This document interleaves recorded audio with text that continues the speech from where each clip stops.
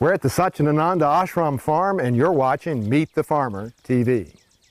Meet the Farmer TV is made possible by Planet Earth Diversified, Melli Productions, and Leslie P. Jenkins Photography and Graphic Design, with additional support from Feast, connecting local farmers, artisan food producers, and consumers. Culpeper's Channel 21, helping to preserve the agricultural history of Virginia. Integral Yoga Natural Foods, serving the community since 1975. And Flavor Magazine, serving the Piedmont's local food and wine culture.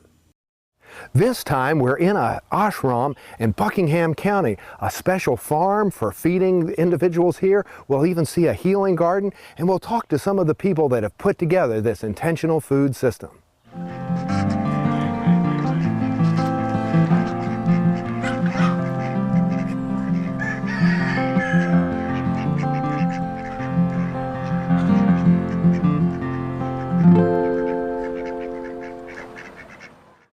We're here at the Satchidananda Ashram Farm with Sharada Stish, the Vice President of Operations. We're going to look at the farm, look at their effort to create a model system for other communities, and we'll find out how they can feed themselves and other members of the local community. Sharada, tell us more about where we are and what's happening. Well, we're down here in the beautiful river basin. The James River is right behind those trees. The Lotus Shrine, which I think you'll see, is over behind those trees. This is some of the most fertile land in Buckingham County, I've been assured by the Extension Agency. And this is our farm. It's approximately a little bit over than 2 acres behind the fence to keep the deer out. We've got 2 greenhouses. This is the first year in a while that the ashram is running the farm itself. Now, from the very beginning, Swami-Satchidananda wanted to have some arable land around the Lotus Shrine to support the people, and there was some effort to produce your own food? That is correct. And it's been a consistent effort, pretty much at this size for the past decade, or 2 decades really. So you're really trying to create a model farm system to put out to other local communities that want to sort of have this kind of integrated food system. That's correct. And at this point we've got about 2.5 acres that are behind the fence here and the 2 greenhouses. And my target is for this year to provide at least 35 to 40% of what the Satchidananda Ashram kitchen needs, along with the CSA and some offerings for the Buckingham County market, along with our own personal farm stand. We have a farm stand every week also. And so far we're on target to meet that. And when I say 35 to 40% of what the Ashram kitchen needs, I mean, just tell you what that is. It's in the summertime, we serve about 150 people a meal a day, in this huge salad bar, and it's all vegetarian, so vegetable based. It's a pretty tall order. Yeah. So, but we're going to do it. So you have a new farmer, right? Yes, I do. So take us to meet Corey.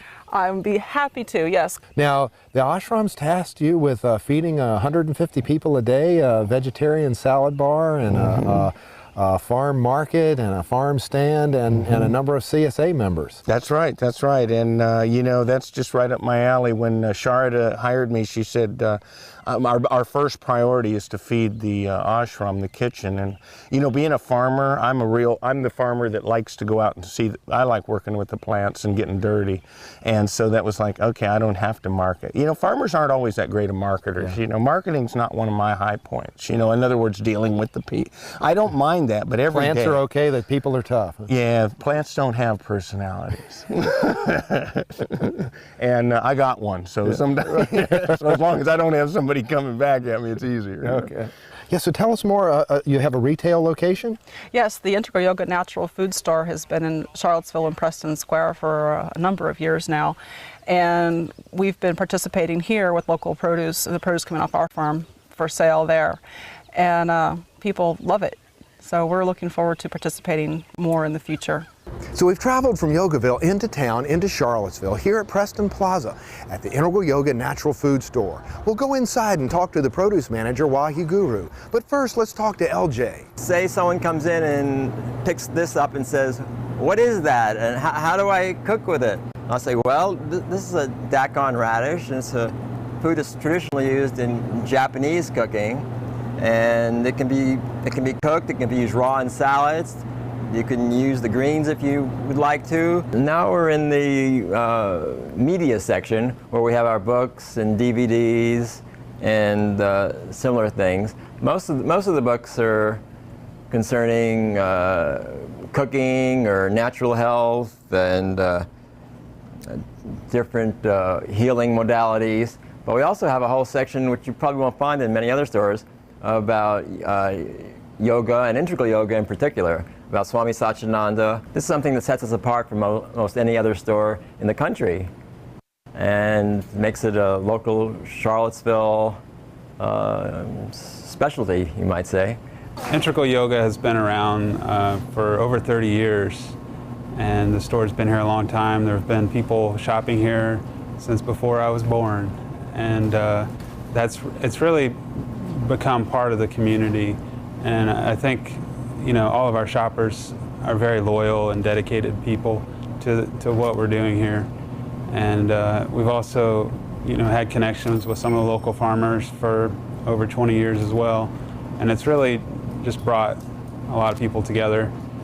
And it's more than just a store. It's really it's something special here. Let's go back to Yogaville and talk to Saraswati, learn something about the history of Yogaville and Swami-Satchidananda's agricultural vision for the whole operation. Saraswati. Yeah. All right. Saraswati, you know the history of everything here, right? Yes, I was one of the first founders. So when did this all begin? Well, we had a Connecticut ashram and it was on a small amount of acreage, and it got big really fast. We filled up the house, and then the local people, we had families that came and lived there, so they had to rent all around the area. 60 acres, it wasn't enough. So what year was that Swami-Satchidananda started looking and found probably Buckingham? About 1971. So at what time did you realize this was the place? Some of the places they found were near Charlottesville. Didn't quite meet the criteria for what we were looking for, which was to have a place that was rural but was able to be farmed. This place, they flew over in an airplane, and then Swami Satchidananda said, oh, I want to go look at that, because it was on the James River, which was a big draw for him. Most of the temples in India are built on the banks of a river, a holy river, and the James River is one of the oldest ones. So they went and landed at an airport a few miles away. It was actually just a field that they set up for little planes to land in. And they came over here and they walked around, and it impressed Swamiji. He really liked it, and he liked the fact that we had all this bottom land, because, you know, families could save money for generations to buy bottom land, because that's the place to grow. Now, he was a farmer, right? Yeah, he grew up in a very rural area of India, in South India, and he actually even went to a school there, a university, to learn about how to use the land and how to make it productive without depleting, because back there they have that consciousness. They grow things that are native to their area. They don't try to grow lemon trees if lemon trees don't grow there. Right. So Swami Satchidananda really saw the agrarian nature of this land and the possibilities here for food production, as well as a spiritual sustenance and connecting people in the whole community to the holistic living and being on a river. When we moved here, the idea was that we were going to start growing orchards and producing our own food on the land. His vision was that we would be a cooperative where we did what we needed to do and provided our own sustenance. A lot of the people were city people, so they didn't have a grasp of what that entailed.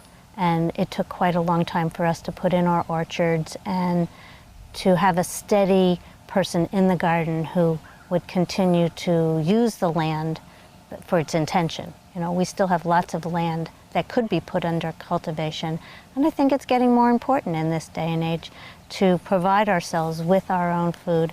We have lots of guests that come and they love the food because it's fresh, it's real, it's organic, it has all the flavors, and the soil isn't so depleted that it can't provide the nutrients. And Sharda has said we're now bringing in some interns and a new yogi program to have people come in and work on the farm and get some spiritual mentoring and be a part of the community. Right, and to learn also what it takes to be organically grown and what does that mean. And they do get all the practices. They have hatha classes and they go to meditation and they live in the community as full members. Now you had some pretty amazing buildings to construct, so you've been kind of distracted with getting the infrastructure in place, and now there seems to be a real focus on let's get a farmer that's part of the community and really try to expand that. So tell me more about that vision and how that fits with Swami-Satchidananda's historical visions and what he has been putting out since 1971 on this piece of land. Yeah. The meeting started in New York, and of course everybody was a city person in New York. No one had lived in the country. And initially he asked us when we were in the Connecticut ashram, well, how do you want to go with this? We can either go with retrofitting an old college or university that's closed, or we can start from scratch. And everybody voted, especially the maintenance people, to start from scratch. So when we came here, there was one building on the property and a couple of corn cribs, but nothing else. Just one one house on the property that we all lived in. And the vision was to build it for the use that we were going to make of it, which was to have big dormitories and classrooms and a main hall, because his vision was that instead of each of us having our own little kitchen where we had to cook, which was time, that we would purchase as a cooperative, that we would have our own kitchen, one kitchen, and everyone would eat together. And that meeting of the people 3 times a day, plus the energy of buying food in bulk, was part of his plan, his initial plan. But the secondary plan was that we would grow a lot of our own. And that takes mechanization, and it also takes a vision of what does it mean? You know, what kind of equipment do you need? What kind of labor is involved? Who knows the seasons in Virginia, because you have to grow by the seasons. You can't expect that you're going to have avocados in the middle of the winter if you think you're growing them yourself in Virginia. So it's coming along. I think people are getting more and more into this whole idea of buying locally, growing your own food, having that as a resource, and sharing it. You know, because if you grow more than you need, then you can make it available to other people. The food here is grown with a lot of consciousness and love. And the land is blessed. You can tell by the way, when you walk in it in the quiet, you can feel the energy. The Native Americans said that this was the land of the light, because there were many villages up and down this river, and they lived here. You can find it when you plow the fields. They're arrowheads. They're things that they left behind to let us know, yeah, we were here. And we blessed it that way. Their land was blessed by them.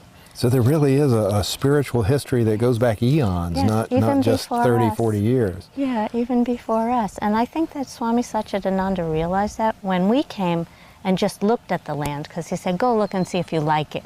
Of course, we all loved it because it was beautiful, it was luxuriant, and it was big.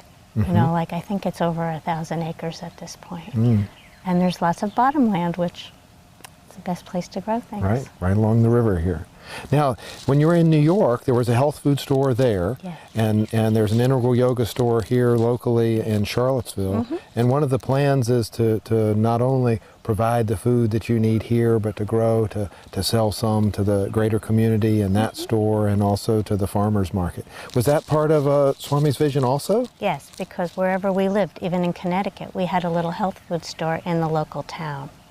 And it was at the time when health food stores were kind of unique little things. You know, there wasn't one on every large town, or even more than one at each town.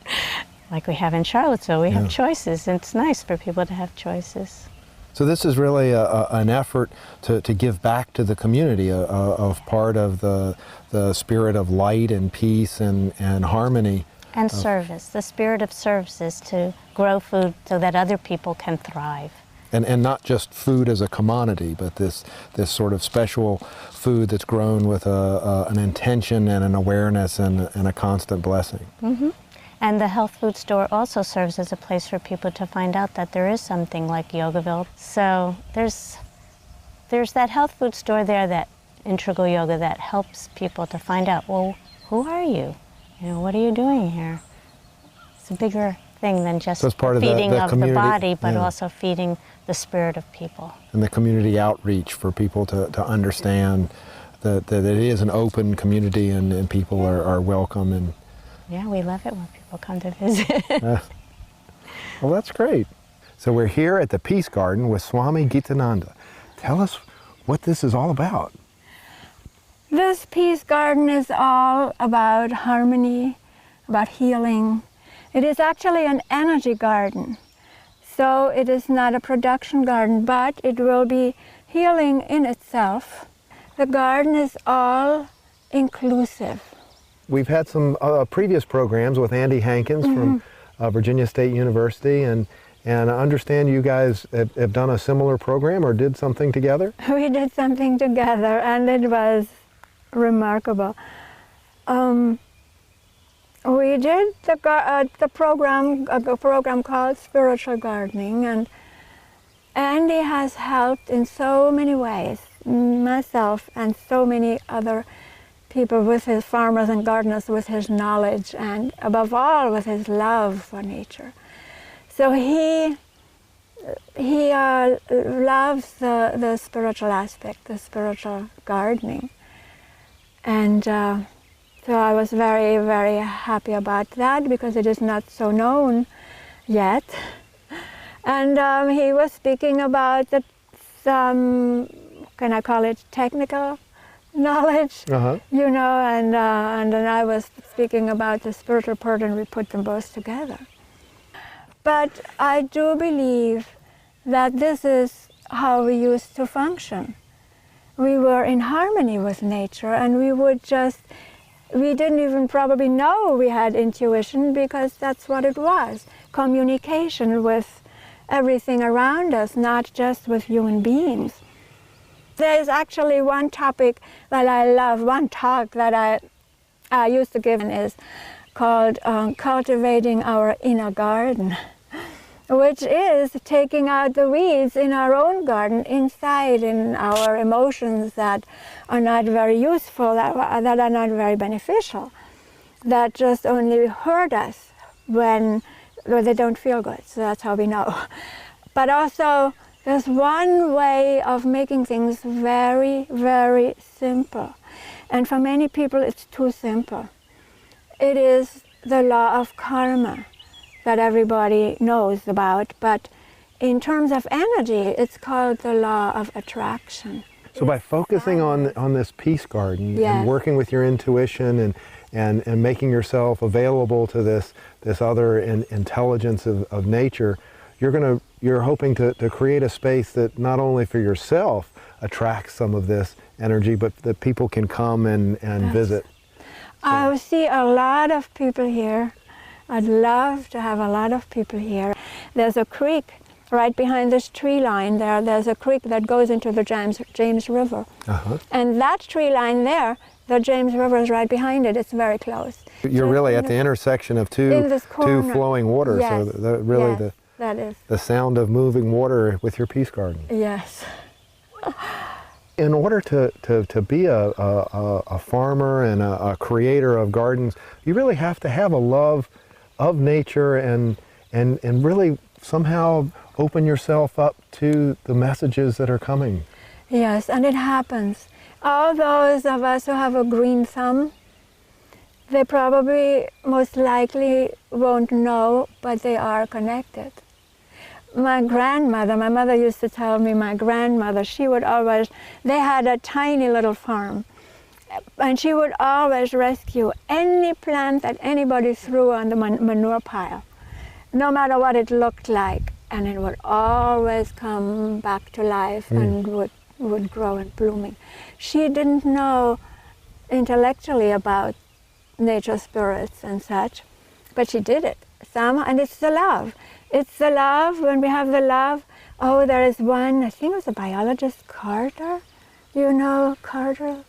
I was told that he said, love the plant and it'll tell you her secrets.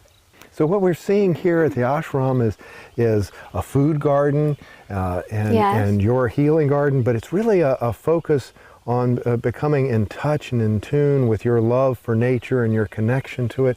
Is very different than someone that says, oh, I'm gonna get rich. I'm gonna plant 15 acres of sweet corn and sell it at the market, and I don't care really what happens to the land, and I'm gonna kill all the bugs and the deer and anything that gets in my way. So this is really a very different, holistic aspect, not only just to feeding at the salad bar, but feeding the spirit and healing both the land and the people. That's it.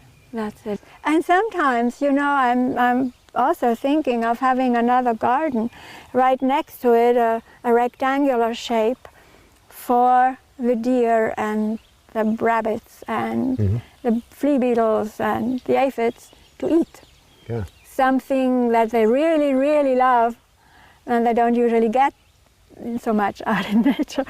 So that's an interesting concept of cooperation, that it's not exclusive. You don't have to kill the insects, just provide something for them in an area that's not as important for your sustenance, and allow them to survive as well. Right. All right, Arvind, tell me what you do here and you know how your part in this whole community food system, feeding everybody and making good use of the land and protecting the environment.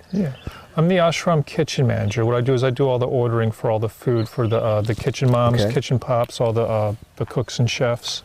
And we also get fresh produce from the farm here when it's available, especially during the season. They more or less give me a list of what's available that they think they can give to us.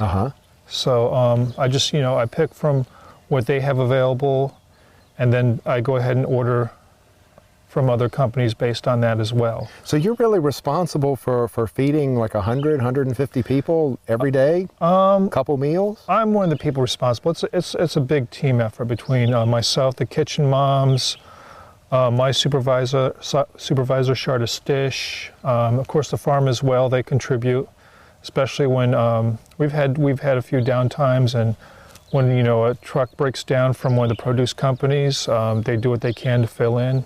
So does the farm submit a sale to you so that there is some sort of paperwork for value exchange? They hand us a bill, and we are readjusting our price settings. So right now they're handing me a bill with no price tag on it, but we have to sit down, you know, together and decide, you know, what our overhead is, what we should charge, and we also try to keep it. The farm does its best to try to keep those prices about, you know, 10% underneath our the two competing produce companies. They've been sending us a lot of good asparagus. Well, we love the asparagus, and asparagus is one of the most expensive produce items. They take the longest to grow. So luckily they had asparagus that was planted by the previous farmers that we had here, and they've been harvesting those up very good, and the kitchen loves them, and everybody at the ashram loves them. We've gotten lettuce. They've held off on that for a while, and I think they're starting on some more kale. Generally kale, any kind of chard or green that they can give us, they'll do that. Well, now, Arvind, do you see a difference in certainly there's some quality difference in what's grown locally because it's fresh and it's brought right to you, didn't have to get on a truck. But is there any other difference you see? Like there is a taste difference. I mean, the tomatoes we've gotten from here, huge taste difference. Even with the organic tomatoes that we get from the companies, the regular companies, there is a taste difference. We get them fresh from the farm or other local gardens from, you know, extended community members. There's a huge taste difference. I think we're ready to go to the kitchen. Okay. All right. All right, well, take us to the kitchen and show us some of the moms and pops that make the operation run. Okay, great. All right.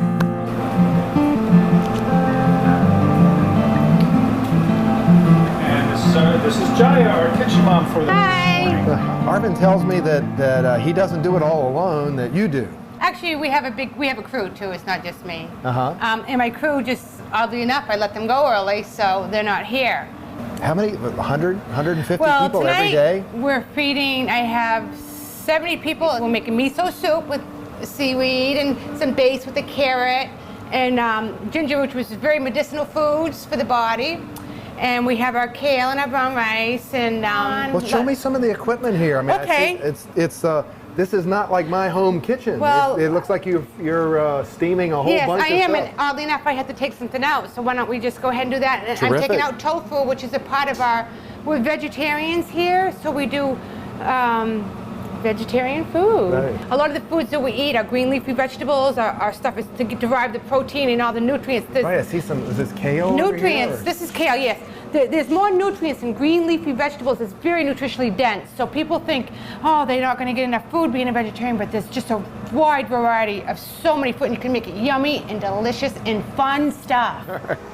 And we have it lovely. I mean, look how beautiful that is. And they smell nice. the plus to this is not only is it beautiful, we have this nice, see all that beautiful carrot juice under there? Have you ever tasted carrot juice? Well, Not I have steamed. some right here. So what we do is we're going to put it over here on the steam table. I'm going to lift this up at the steam table. Yummy, yummy, yummy. So we're so fortunate here at the ashram to have this really good food and really good healthy stuff, especially because we have the organic garden. Very fortunate. Now kale, because it's a green leafy vegetable, is so nutrient dense, but you don't need to steam it a lot because you don't want to steam the Not like the nutrients carrots or the out. tofu. Right. So maybe like 4 minutes, and then I turn it over and I do another 4 minutes. And again, we can do lots of fun stuff with this food. Make food exciting and fun and healthy. I love feeding people, and I love being creative. And on another day, you know, we make really creative stuff. And we make fun stuff here. We make, you know, veggie loaves and make some really good pasta sauce, like out of this world pasta sauce, and fun foods and fruits and vegetables that are exciting to eat. We make really nice sauces. We make it exciting to eat healthy. And once you experience health, you're there, you don't go back. So what do you think of this effort to expand the farm and Corey down there growing stuff just for you guys? I love Corey. Paradigm's changing, people becoming more conscious of stuff like this, so it's... It sounds like your alarm's going off. It It's is time going back to off. work. Okay. Thank you. Well, thank you very much, Shia. Put my kale in. Yummy, yummy.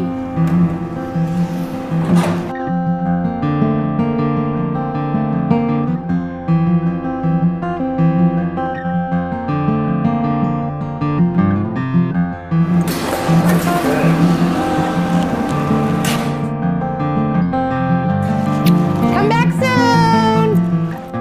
So there you have it, here at the Satchidananda Ashram Farm, where an intentional community developed a food system, a healing garden, a salad bar, the local farmers market in Buckingham, a retail food store in Charlottesville. So food and community, healing, some yoga training, spiritual mentoring, here to feed people at the ashram and the greater community, all to work to sustain an environment here on the bottom of the James River. Thank you for watching another Meet the Farmer TV. There'll be an entrance arbor with flowers ranking around to the peace garden, which is just a little bit beyond that circular area.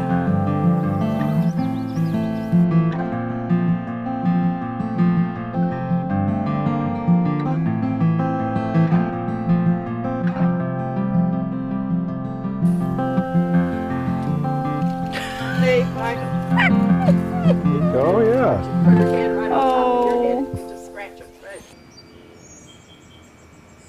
Meet the Farmer TV is made possible by Planet Earth Diversified, Melli Productions, and Leslie P. Jenkins Photography and Graphic Design, with additional support from Feast, connecting local farmers, artisan food producers, and consumers. Culpeper's Channel 21, helping to preserve the agricultural history of Virginia. Integral Yoga Natural Foods, serving the community since 1975. And Flavor Magazine, serving the Piedmont's local food and wine culture.